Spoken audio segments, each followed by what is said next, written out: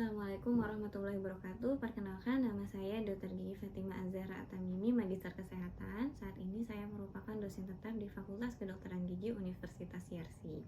Pada kesempatan saya kali ini, saya akan menjelaskan mengenai RPS Blok 24, yaitu Blok Rehabilitasi dan Estetik 5. Blok ini diberikan di semester 6 dan memiliki bobot sejumlah 4 SKS. Untuk domain kompetensi dan capaian pembelajaran lulusan sudah disesuaikan dengan standar kompetensi dokter gigi Indonesia tahun 2015 yang sudah disahkan oleh KKI. Bidang ilmu yang tercakup dalam blok ini yaitu farmakologi kedokteran gigi, ilmu penyakit mulut, bedah mulut, serta psikiatri. RPS ini dapat diakses oleh mahasiswa secara online di Learning Management System Yarsi, yaitu layar. Domain kompetensi pada blok ini yaitu domain 1 profesionalisme, domain 2 penguasaan ilmu pengetahuan kedokteran dan kedokteran gigi, domain 3 pemeriksaan fisik secara umum dan sistem stomatognathi, domain 4 pemilihan fungsi dan sistem stomatognathi, dan domain yang ketujuh yaitu dokter gigi Islami. Kemudian untuk capaian pembelajaran lulusan itu adalah pengetahuan pada P3, P5, dan P8. Untuk capaian sikap yaitu S1, S2, S7, S8, S9, S11, dan S13. Untuk keterampilan umum yaitu KU 1, 2, 3, 5, dan 7. Untuk keterampilan khusus yaitu KK 1, 5, 8, dan 9. Kemudian untuk capaian lulusan ini sudah disesuaikan dengan SKDGI tahun 2015 dan sudah divalidasi oleh bagian Pusat Pendidikan Kedokteran Gigi FKG Yarsi, Kaprodi, dan juga gugus kendali mutu. Untuk capaian pembelajaran mata kuliahnya yaitu untuk CPMK 1, mahasiswa mampu menjelaskan farmakologi rasional sebagai dasar pemilihan obat yang tepat dan efektif dalam praktik kedokteran gigi. Kemudian CPMK 2 yaitu mahasiswa mampu mengaplikasikan prinsip farmakologi klinis dalam kedokteran gigi. Dan CPMK 3 yaitu mahasiswa mampu mengintegrasikan kemampuan perhitungan dosis dengan kaidah penulisan resep untuk penata laksanaan pasien di bidang kedokteran gigi. Dan CPMK yang keempat yaitu mampu menjelaskan tata laksana kelainan sistem stomatognathi. Untuk materi kuliah yang diberikan yaitu pemberian obat-obatan yang rasional dalam kedokteran gigi, kemudian bentuk dan sediaan obat, kemudian cara penulisan resep, dan bagaimana cara perhitungan dosis yang tepat untuk pasien. Selanjutnya untuk proses pembelajaran yaitu melalui 3 komponen, delivery, interaction, dan assessment. Untuk delivery pada pembelajaran di blok rehabilitasi dan estetik 5 ini dilakukan melalui pemberian kuliah secara interaktif dan pemberian contoh-contoh kasus, simulasi kasus yang dibahas bersama dengan mahasiswa. Kemudian selain itu metode lainnya adalah dengan tutorial. Jadi pada program tutorial ini diberikan contoh-contoh skenario kasus yang akan didiskusikan dalam satu kelompok kecil sehingga nanti mahasiswa dapat mengasah kemampuan untuk menganalisis suatu kasus untuk pemecahan masalahnya dan dibantu oleh tutor di masing-masing kelas tersebut. Bentuk lainnya yaitu lewat tutorial juga dengan melakukan diskusi journal reading dan textbook reading. Untuk dosen memberikan feedback secara langsung kepada mahasiswa bisa dalam bentuk kuis, pretest, post-test, ataupun dengan media seperti Quizizz atau dengan learning management system yang dimiliki oleh Yarsi yaitu layar. Kemudian interaksi lainnya yaitu dilakukan pada saat tutorial. Jadi tutor pada tiap-tiap kelompok itu nantinya akan memberikan feedback secara langsung dari hasil diskusi yang sudah dilakukan oleh mahasiswa. Dan selain itu ada juga interaksi di akhir yaitu pleno di kelas besar untuk mengkonfirmasi, untuk menyamakan persepsi mahasiswa dari tutorial yang tadinya di kelas kecil ke kelas besar. Itu nantinya akan disamakan persepsinya oleh dosen pengampu masing-masing. Untuk assessment pada blok ini dilakukan dalam bentuk formatif dan sumatif. Untuk formatif dilakukan dengan pemberian pretest post test pada saat perkuliahan atau di pertengahan blok diberikan tes formatif untuk mengetahui sejauh mana mahasiswa memahami materi-materi yang sudah diberikan. Untuk pemberian asesmen secara sumatif dilakukan dengan beberapa cara, yaitu penilaian untuk kognitif mahasiswa. Untuk penilaian kognitif mahasiswa dinilai dengan melakukan ujian blok yang dilaksanakan di akhir blok. Dan selain itu ada juga ujian SOCA atau Student Oral Case Analysis, di mana mahasiswa akan diberikan contoh kasus dan akan diberikan waktu untuk menganalisis dan mempresentasikan hasil analisis tersebut di depan dosen. Selain itu, kuis sumatif juga diberikan kepada mahasiswa pada saat dilakukan proses tutorial. Untuk penilaian psikomotor dilakukan melalui penilaian hasil wrap up atau resume journal reading dan textbook reading yang sudah dilakukan saat tutorial. Selain itu juga melalui pemberian tugas seperti pembuatan poster dan dipresentasikan. Kemudian yang terakhir adalah penilaian afektif atau profesionalisme. Penilaian tersebut dinilai di sepanjang blok tersebut berjalan, baik pada saat proses perkuliahan ataupun proses tutorial. Demikianlah penjabaran untuk RPS blok rehabilitasi dan estetik 5. Selanjutnya mari kita simak video pembelajaran yang berlangsung pada blok rehabilitasi dan estetik 5. Bismillahirrahmanirrahim. Assalamualaikum warahmatullahi wabarakatuh. Waalaikumsalam warahmatullahi wabarakatuh. Insya Allah hari ini kita mau bahas tentang dosis obat. Kalau kemarin kan udah bahas tentang resep terus pemberian obat yang rasional. Nah ini yang akhirnya gimana sih cara menghitung dosis gitu, terutama untuk pasien anak karena harus ada penyesuaian di dosis.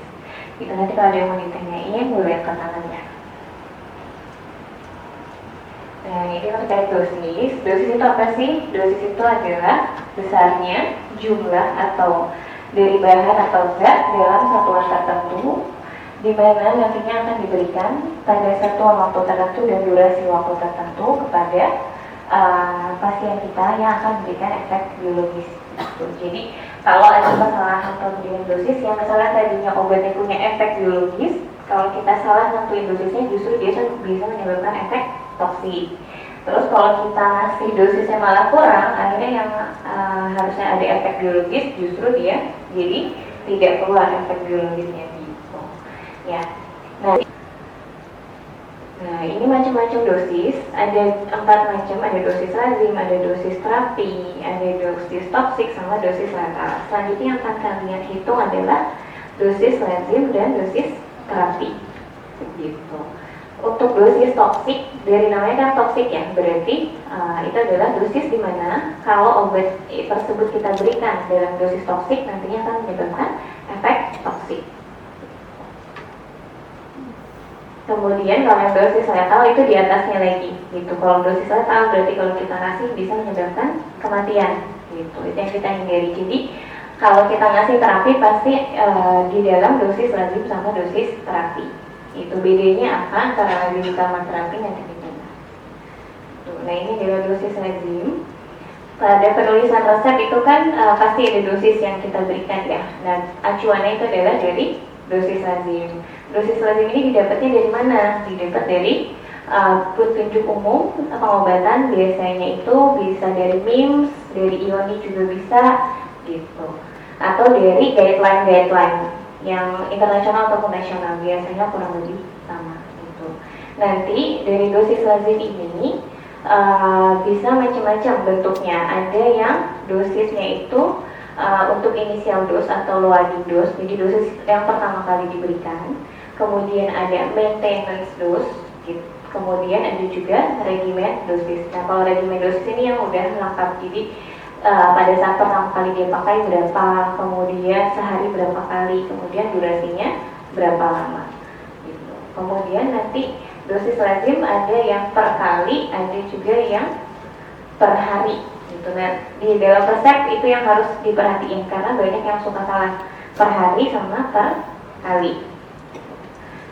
Kemudian ada juga dosis lazimnya itu diberikannya Ada yang beda rutenya, ada yang dosis kalau diberikan per oral beda dengan dosis kalau diberikan secara intravena.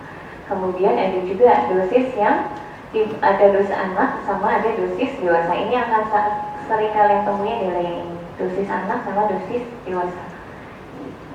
Kemudian ada juga yang efek terapeutiknya berbeda. Gitu. Kayak misalkan paracetamol. Paracetamol kan bisa untuk obat penurun demam, bisa untuk analgetik. Nah itu dosisnya beda. Kalau tujuannya kita mau ngasih sebagai dia penurun demam, antipiretik, beda dengan kalau kita mau ngasih dengan tujuan analgetik. Itu nanti kita lihat contohnya. Nah ini didapatnya dari mana? Kemudian, nah ini contohnya dosis-dosis. Kalau kita pakai ini, kalau dosis dari buku Frank Chan ini dari dosis obat-obatan banyak di sini, nanti bisa dilihat cara pemberiannya, dosisnya kayak gimana. Misalkan ini ada amoxicillin, ada 25 mg per kilogram. Berarti kalau ada per kilogram berarti itu adalah dosis anak. Gitu. Kalau dia dosis adult 0,25 sampai 1 gram, nah ini adalah dosis dewasa. Kalau lihat kayak gini berarti kalau ada pasien anak, kita harus tahu berat badannya. Gitu. Bisa langsung dikalikan sama berat badan. Kalau yang dewasa berarti tinggal nanti ada rumusnya dikonversi gitu. Jadi kalau pakai rumus kapan? Kalau kita ketemu dosis yang dewasa adult ini, bisa dikonversi berdasarkan berat badan ataupun pakai selain berat badan usia ya. Nah terus ini adalah contoh kalau untuk pasien anak, sebenarnya kita acuannya dari formularium spesialistik dari IDALI. Kalau di situ udah lengkap, baik ibuprofen, paracetamol, amoxicillin, metronidazole, itu udah ada indikasi, kontraindikasi, dan kalau dosisnya dia juga udah dosis anak gitu, jadi nggak perlu konversi lagi dari dosis dewasa. Ini contohnya. Kalau dia dosis anak berdasarkan usia, kemudian ada juga yang dosis anak berdasarkan berat badan. Ini dosis terapi. Nah ini untuk penyesuaian dosis. Kita lanjut ke berat badan ataupun umur gitu. Kira-kira lebih baik yang mana? Berdasarkan berat badan atau umur? Berat badan. Kenapa berat badan? Karena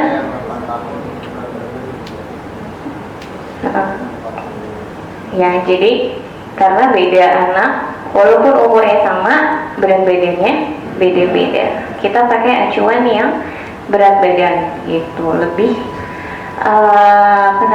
lebih mendekati kalau pakai berat badan ya gitu. Kalau ini berdasarkan umur, ini perhatiin ya, yang di highlight ini kalau dia dikalikannya sama dosis lazim yang dewasa. Ini umurnya sebenarnya pada akhirnya sama ya. Kalau 0 sampai 24 bulan ini ada konstantanya yang di bawah 150. Kalau yang anak di bawah 8 tahun, N plus 12, M itu dalam tahun. Kalau pasiennya lebih dari 8 tahun, berarti per 20 gitu.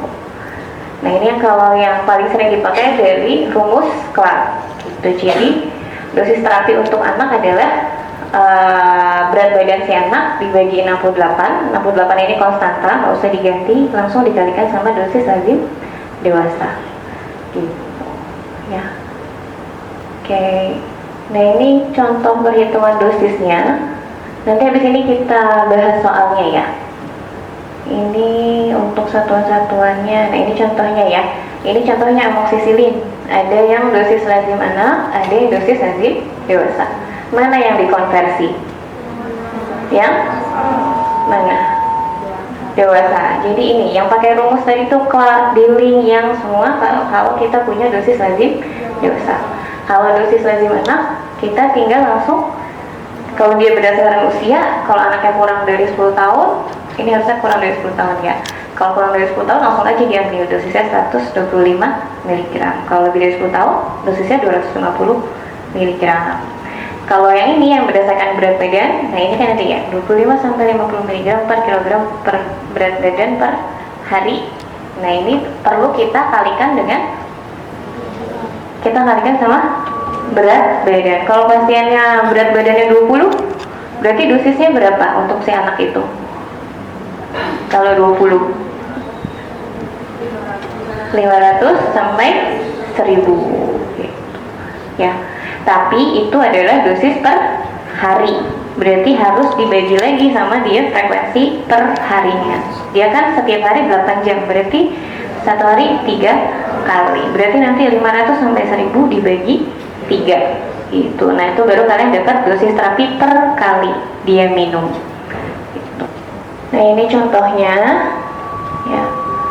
Contohnya ini yang ada pasien namanya Dina, 4 tahun, kemudian dosis dewasa 500 sampai 1000 mg per kali. Yang kalian punya apa aja di sini? Apa? Dosis lazim, dewasa, terus umur. Ada berat badan nggak? Nggak. Berarti kalau kalian punya umur anak, punya dosis lazim dewasa, pakainya rumus yang yaitu langsung kita kalikan sama dosis lazim dewasa dengan cara dikonversi umurnya dibagi sama umur ditambah 12 gitu. Jadi dapatlah kalau pasien dewasa itu dosisnya 500 sampai 1000 mg per kali. Kalau dia anak umurnya 4 tahun, dosisnya karena dia perlu dikonversi akhirnya 125 sampai 250 mg per kali gitu. Ya. Oke. Nah, ini contoh kedua. Kalau ini kalian punya usia sama berat badan. Nah, kalau kayak gini gimana? Bisa pakai apa? Bisa pakai Clark, bisa. Clark itu yang berat badan, dikonversi dengan berat badan. Terus kalau yang dengan usia yang ya gitu. Jadi kalau kalian punya banyak info, kalian bisa mengkonversi dengan banyak cara gitu. Kita langsung ke contoh soalnya aja. Kita bahas soal yang tadi ya. Kalian ditulis resepnya. Oke, ini ada soal, tadi ya ada 2 soal. Soal A sama soal B. Oke, boleh Fatih A. Fatih A. Yang B siapa B? B siapa? Perempuan. Julia. Julia. Ayo Bapak. Bapak pemain-pemainnya. Kan sekalian dibahas, kalau salah ya berarti kalian tahu salahnya di sini gitu. Berarti siap-siap. Siapa Julia? Haura yuk, Haura. Ya.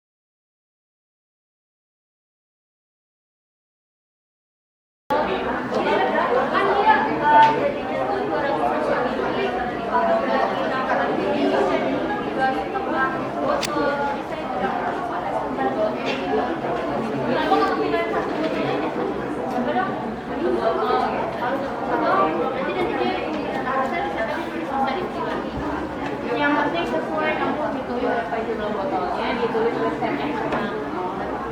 Sekarang di wedding hairnya nggak lulus ya. Oke, kita bahas ya soalnya. Ini A ya tadi ya. Ini soal A. Soal A, ini soal B. Soal B itu sebenarnya dia trikinya adalah nggak ada dosis anak. Ya, yang soal B. Jadi kalian harus konversi. Kalau soal A dikasih semua modalitas dosis anak ada, dosis dewasa ada. Gitu. Makanya kita tuh soal A dulu. Tadi ini soal A, ceritanya anaknya udah ada abses akut, dalam keadaan akut, dia ada demam, terus ternyata tidak mau dilakukan tindakan saat itu. Jadi kan harus dikasih obat. Tapi kalau dia mau buka mulut, mau open akses, mau open akses gimana? Perlu nggak dikasih obat? Kalau bisa ditangani secara lokal, bisa langsung pulpektomi. Jadi sebenarnya nggak perlu antibiotik, cukup mungkin dikasihnya analgetik sama antidiuretik. Ya. Nah, di sini kan makanya dia dikasih amoxiclav. Kenapa amoxiclav? Karena dia demam. Amoxiclav adalah obat antibiotik gitu ya. Antibiotik dan amoxiclav itu punya spektrum untuk bakteri aerob, sama diperluas bisa ke anaerob. Tapi kalau amoxicillin aja dia hanya di aerob gitu. Jadi karena dia abses pasti ada bakteri anaerob. Jadi kita pakai amoxiclav gitu. Nah, ini kan dikasih ada dosis anak sama dewasa. Sebenarnya kalian kalau praktik nih ngerjainnya pakai dosis anak sama dewasa kalau kayak gini. Dosis anak. Kenapa? Karena dia nih ada per kilogram. Jadi dikalikan sama apa nih? Berat badan. Berat badan anaknya 22 kg. Jadi kalian aja 22 dikali 15 sampai 25 mg per kilogram. Sama ingat dia per hari. Kalau per hari berarti perlu kalian bagi lagi sama frekuensi. Frekuensinya itu 3 kali per hari. Nah, ada yang salah nggak? Di sini ada nggak yang nggak ngebagi sama 3 kali? Enggak. Semoga ya, insya Allah.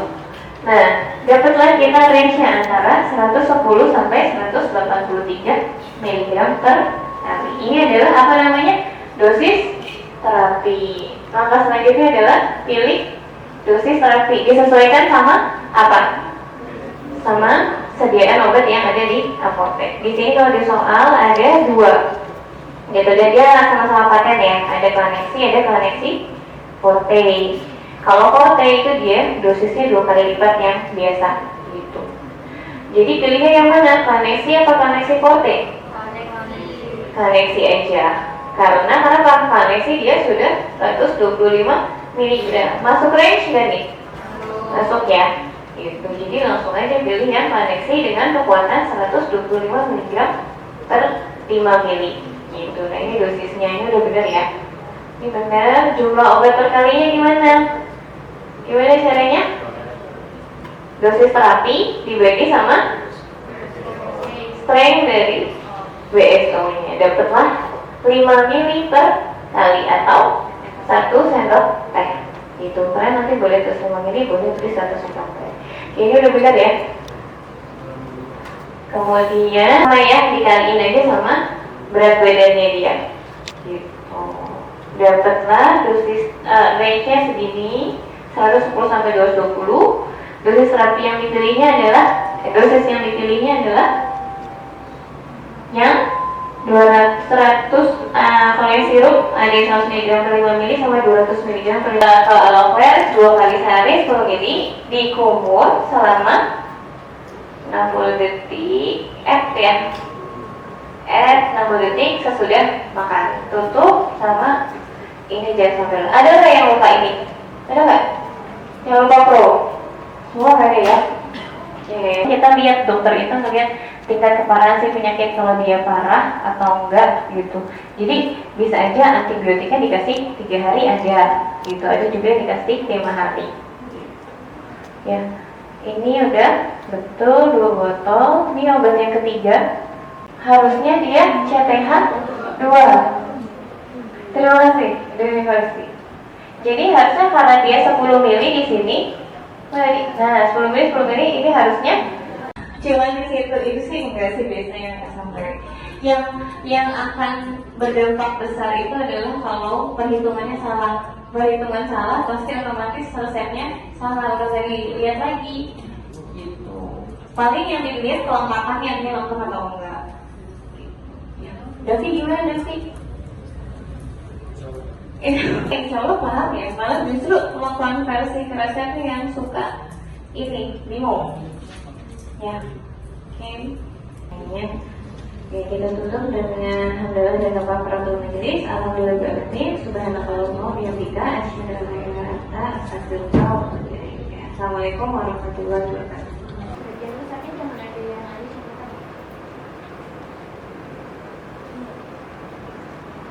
kalau di bagian dukungan dosis boleh disarankan kalau misalnya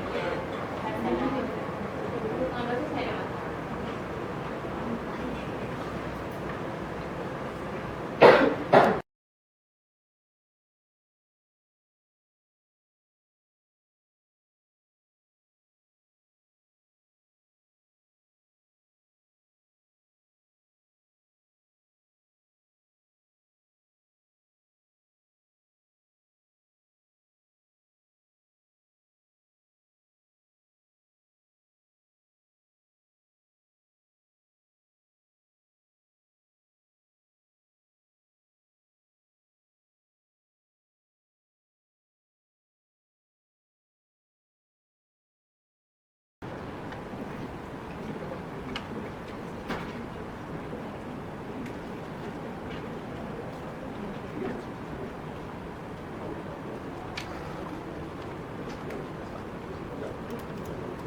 Kasusnya apa buat kasusnya? Oh iya, saya lupa tulis Duk, untuk prognosisnya ini harusnya baik karena kan tadi dia menunjukkan perbaikan setelah hanya diberikan terapi farmako, udah ada tadi tepinya jadi diffuse, kalau warnanya jadi memucat.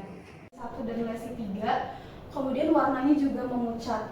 Nah, ini menunjukkan adanya perbaikan. Video ini digunakan sebagai salah satu syarat dalam penyusunan dokumen pernyataan diri dosen dalam unjuk kerja Tridharma Perguruan Tinggi atau PDD UKTPT Sertifikasi Dosen Gelombang 1 tahun 2025. Demikian atas perhatiannya, saya ucapkan terima kasih. Wassalamualaikum warahmatullahi wabarakatuh.